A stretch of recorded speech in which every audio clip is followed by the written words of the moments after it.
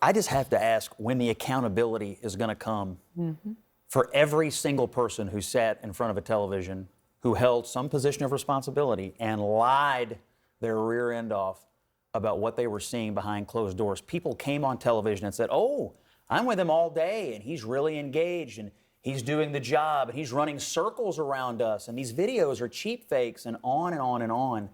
Brazen lying by people who work for our government, and they lied to us about it. How do you ever regain trust if there's no accountability for the people who lied us into the deficit in the first place? How can you regain trust in the American people if you're putting the exact same people back who lied to them? If you go to work for the government and you stand up at the podium like Karine has done and knowingly and fully lie to the American people because you know full well what you see behind the scenes and what you're saying in front of the podium, I mean, maybe the accountability is they never get hired again. Like it was the largest inauguration crowd in the Is that history? as consequential as this? But it's a lie. But it's a lie. I think it's a systemic problem, right? Because I agree with your comments around somebody hiding the fact that Joe Biden was unable to do his job and casting all these fake narratives. But I'll also say those same stories came out of the Trump's White House also. Like when the Reagan administration.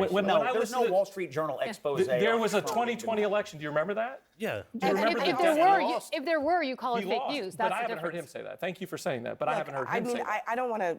I think this is a Joe Biden conversation, but I mean, I think the point Jeff is making, we know for a fact Donald Trump spent a lot of time in that space between the Oval Office watching television when January 6th was occurring. Okay, but no one is saying they have to shut down the White House because he's not with it today. This man is awake 23 hours a day. He's clearly engaged. And the American people just elected him over somebody who was much younger.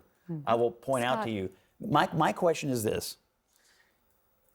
That we elect people for a reason. The elected leadership of the government is supposed to be making decisions. For 4 years, the unelected have been in charge of our country during critical moments.